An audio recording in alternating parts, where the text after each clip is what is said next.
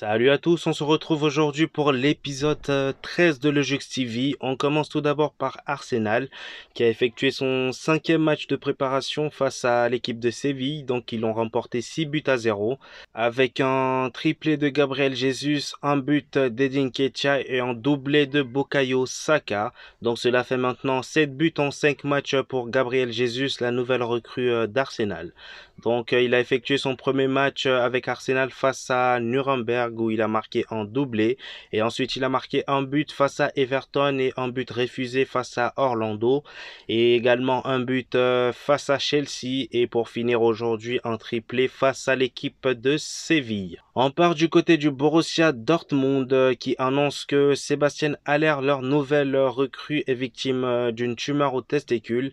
Donc, il sera absent au moins 2 mois. Nous avons ici une déclaration de Sébastien Kell, le responsable des joueurs sous contrat au Borussia Dortmund, qui affirme que Sébastien Haller était super stable et incroyablement positif et a également dit à l'équipe: faites votre travail, donnez tout, assurez-vous que lorsque je reviendrai, nous serons toujours dans la course. Donc Sébastien Haller, l'attaquant ivoirien, va maintenant recevoir le meilleur traitement possible.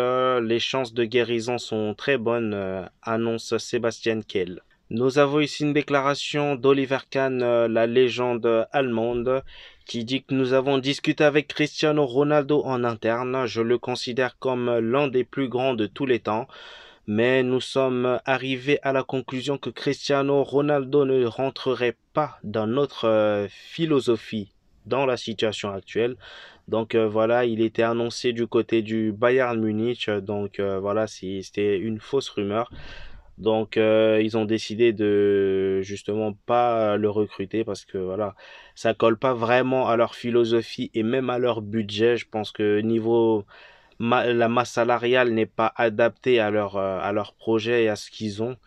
Donc voilà, pour le Bayern Munich, c'est mort. Et du côté de l'Atlético Madrid, on a une déclaration d'Enrique Cerezo: Cristiano Ronaldo à l'Atlético. Je ne sais pas qui a inventé cette histoire, mais il est pratiquement impossible qu'il vienne. Donc moi, le premier, j'avais fait une vidéo d'ailleurs par rapport à Cristiano Ronaldo à l'Atlético de Madrid. Donc, lui également, voilà, il dément cette rumeur. Donc voilà, il y avait plein de rumeurs par rapport à ça. Donc Cristiano Ronaldo à l'Atlético également, c'est mort. Là, il a effectué il a effectué son premier match avec Manchester United. Donc je pense que il va rester, il n'a pas le choix parce que là, il y a plein de clubs qui ne veulent pas de lui, hein, tout simplement. Donc je pense que lui-même a compris que voilà, c'est mort. Peut-être l'année prochaine, mais là, vraiment, c'est foutu. Donc, il faut savoir qu'il y a quelques mois, Cristiano Ronaldo voulait jouer dans un club qui jouera la Ligue des Champions, ce qui n'est pas le cas de Manchester United. Donc, tout cela, on peut comprendre les raisons pour lesquelles il veut jouer absolument dans un club en Ligue des Champions. Donc, c'est pour surtout conserver son record de meilleur buteur de la compétition et il veut également devenir le meilleur buteur de l'histoire de la phase de poule. Donc en ce moment, c'est Lionel Messi qui est devant. Donc il a 3 unités de l'Argentin. Donc c'est surtout pour ses stats individuelles, je pense. Donc on verra bien aussi l'année prochaine parce que cette année, je pense que c'est mort. Il a effectué ses débuts, genre, son premier match de préparation avec Manchester United. Donc voilà, je pense que là, ça sera mort pour cet été. Il y a 13 ans, jour pour jour, le Barça offrait Samuel Eto'o plus 43 millions d'euros à l'Inter contre Zlatan Ibrahimovic. Donc Eto'o aura ainsi remporté la Ligue des Champions 2 saisons de suite avec 2 clubs différents. Donc selon vous, est-ce le plus gros échange de l'histoire du football? Je pense qu'il y en a plein. Voilà, aujourd'hui, moi personnellement, j'ai pas beaucoup regardé Samuel Eto'o, ses matchs parce que je pense que j'étais très petit à cette époque. Et voilà, dites-moi dans les commentaires si selon vous, si ce fut le plus gros échange de l'histoire du football. C'est officiel, Bordeaux réintègre la Ligue 2 parce que voilà, le comité exécutif de la FFF vient de rendre une décision favorable. Donc il faut savoir que ils étaient annoncés du côté de la nationale, voilà, de la nationale. Là, ils ont fait des procès, ils ont fait des recours, voilà, des trucs juridiques là pour pouvoir réintégrer la Ligue 2. Donc voilà, c'est fait, la vie est favorable pour eux. Donc félicitations à eux. J'espère que cette fois-ci, ils arriveront à vraiment se maintenir. Et c'est tout ce que j'espère pour eux. Et voire même remonter en Ligue 1.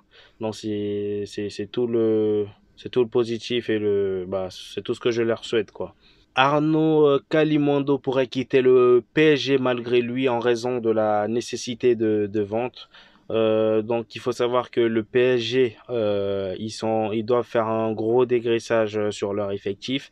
Comme je vous le disais dans l'épisode précédent, il y a plein de joueurs qui doivent quitter le club. Donc là, par exemple, Arnaud Kalimundo qui vient juste d'arriver va devoir bouger là, à cause de ce dégraissage. Malgré lui, finalement, hein, donc, comme on dit dans la presse, alors qu'il se verrait bien rester à Paris Saint-Germain et obtenir du temps de jeu, l'attaquant Arnaud Kalimundo pourrait être cédé face à la nécessité de vendre. Rennes, Leeds et Nice sont les candidats potentiels. Donc là, nous avons la liste des indésirables du côté du PSG. Donc on a Giorgino Wijnaldum qui est annoncé du côté de la Roma. Donc je pense que c'est déjà fait. Nous avons Rafinha, Ander Herrera, Lawin Kurzawa et pour terminer Julian Draxler. Donc voilà, on verra bien s'ils arriveront à vendre tous ces joueurs. Je pense que le seul joueur pour qui les négociations sont bien avancées, c'est Jorginho Wijnaldum. Donc pour le reste, je n'ai pas de news. Je vous tiendrai au courant pour ce qui en sera. On va parler de Lisandro Martinez qui a signé à Manchester United pour un montant de 57 millions d'euros. Du côté du Bayern Munich, il y a eu une petite cérémonie pour féliciter Sadio Mané du trophée qu'il a obtenu, c'est-à-dire le trophée du meilleur joueur africain. Donc ils ont organisé une petite cérémonie avec de petits cadeaux pour vraiment féliciter l'ex-attaquant de Liverpool. Donc vraiment une très belle recrue pour eux. J'espère que cette saison sera merveilleuse du côté du Bayern Munich. C'est officiel, Mathis Tel quitte Rennes et signe au Bayern Munich pour un montant de 20 millions d'euros plus 8,5 millions d'euros de bonus. Donc voilà, Rennes, ça fait maintenant quelques années qu'ils font voilà, de gros coups mercato. Donc il faut savoir que Eduardo Camavinga vient de Rennes, donc ils ont vraiment un centre de formation de monstres. Donc voilà, ils ont vendu Eduardo Camavinga pour 31 millions d'euros l'an passé et Matich Tel cette année pour 28,5 millions d'euros. Presnel Kipembe n'a pas apprécié certaines méthodes de négociation effectuées pour un possible transfert vers Chelsea. Le défenseur parisien a donc décidé de rester au PSG, sauf retournement de situation jugé improbable. Et c'est officiel, Gianluca Samaka qui était annoncé du côté du Paris Saint-Germain. Il a donc signé à West Ham, parce que dans la précédente vidéo, si vous vous rappelez, pour ceux qui ont regardé, il y avait le PSG et West Ham qui se battaient pour lui, c'est-à-dire que les deux voulaient le recruter. Et j'avais d'ailleurs dit que c'était celui qui lâchera la plus grosse somme et qui fera la meilleure négociation qui remportera le joueur. Donc le montant du transfert s'élève à 36 millions d'euros, plus 6 millions d'euros de bonus et 10% à la revente. Arsenal serait intéressé par Lucas Paqueta, donc néanmoins toujours aucune offre n'a été soumise par les Gunners. Donc on verra bien si dans les prochains jours il y aura une offre qui sera posée sur la table. On part du côté de Manchester City qui sera intéressé également par Paqueta, le joueur de Lyon, en cas de départ de Bernardo Silva, parce qu'il faut savoir que Bernardo Silva est également en négociation avec le FC Barcelone. Donc, au cas où cette négociation aboutira, leur cible sera donc Lucas Paqueta, le joueur lyonnais. Donc, les Sky Blues ne creuseront ce dossier en profondeur que s'ils parviennent à vendre Bernardo Silva, ce qui est loin d'être acquis. On va parler de De Jong, le milieu du FC Barcelone. L'inscription de Rafinha et Robert Lewandowski en Liga n'est pas garantie au FC Barcelone. Donc, si Frankie De Jong refuse de quitter le club ou d'accepter une réduction de salaire, le Barça aura un énorme problème à gérer. C'est-à-dire que voilà, certes là ils achètent des joueurs, mais apparemment ils sont pas encore inscrits en Liga. Donc, ils seront inscrits qu'à condition de réussir à vendre De Jong ou à réduire son salaire. Anthony Modeste a été proposé à Dortmund en remplacement à court terme de Sébastien Haller. Comme je vous le disais, il est victime d'une tumeur au testicule. Donc pour le remplacer, Anthony Modeste a été proposé. Mais le Borussia Dortmund s'intéresse davantage à Marcus Thuram et a été en contact avec ses représentants. La Juve temporise concernant la blessure de Paul Pogba et attend son retour en Italie avec des analyses complémentaires pour décider ou non d'une opération. On va parler de Diogo Costa qui a reçu une proposition officielle du Rayo Vallecano pour signer en tant qu'agent libre. Donc les discussions sont en cours et progressent très bien. Joan Laporta sur un retour de Lionel Messi. Il a été interviewé lors de la conférence de presse dernière du FC Barcelone. Donc il dit que c'est un souhait que nous avons et j'espère que nous pourrons en faire une réalité. Nous avons une stratégie pour qu'il revienne à Barcelone. Donc là, il parle de Lionel Messi. Comme vous pouvez le voir, l'année dernière, Lionel Messi est quitté, il est quitté au FC Barcelone malgré lui, donc à cause d'une situation financière catastrophique. Donc là, ils ont une stratégie pour le refaire venir. Donc voilà, comme le dit le président de club, ils feront tout et c'est leur souhait. Donc l'histoire sera vraiment très belle si Lionel Messi retournait à FC Barcelone pour une fin de carrière, qui sait, et voire même 2-3 ans de 3 saisons en plus, hein. Donc on verra bien ce qui en sera de ce retour. Je vous tiendrai au courant par la suite. On va parler de Neymar qui va être jugé le 17 octobre prochain pour des irrégularités dans son transfert à Barcelone. Donc il faut savoir que c'est son transfert qui a été fait de Santos à Barça, pas de Barça au PSG. Donc le PSG n'a rien à voir avec cette histoire. Donc il va être jugé, pas, il sera pas seul à être jugé, hein. Il y aura aussi l'ancien président du FC Barcelone et d'autres dirigeants. Donc, il y aura également ses parents qui vont être jugés. Donc, il est accusé de corruption. Donc, voilà, en octobre prochain, il aura un procès. Donc, il risque même la prison.